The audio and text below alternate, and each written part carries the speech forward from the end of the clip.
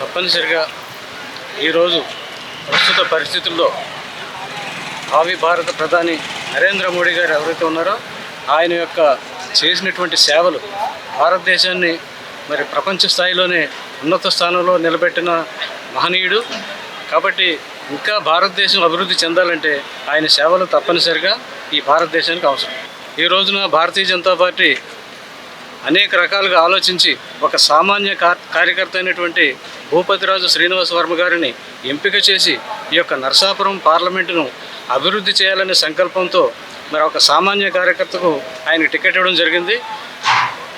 ఈ పార్లమెంట్లో ఉన్నటువంటి భారతీయ జనతా పార్టీ ప్రతి కార్యకర్త ఎండనక ఈ మండు టెండల్లో కూడా అహర్నిశము రాత్రి పగలు శ్రమించి ఆయన యొక్క గెలుపుదలకు కార్యకర్తలందరూ కూడా మేము కృషి చేస్తున్నాం.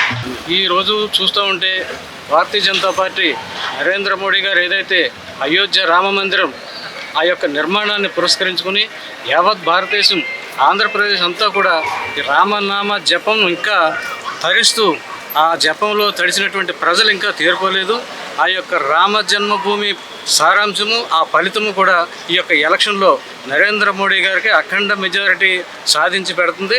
అలాగే భారతదేశంలో ఈ యొక్క ఎన్నికల్లో 400 సీట్లు కూడా మేము సాధిస్తామని చెప్పేసి గర్వంగా చెప్తున్నాం. కమలం గుర్తుకు ఓటేద్దాం, బీజేపీని గెలిపిద్దాం.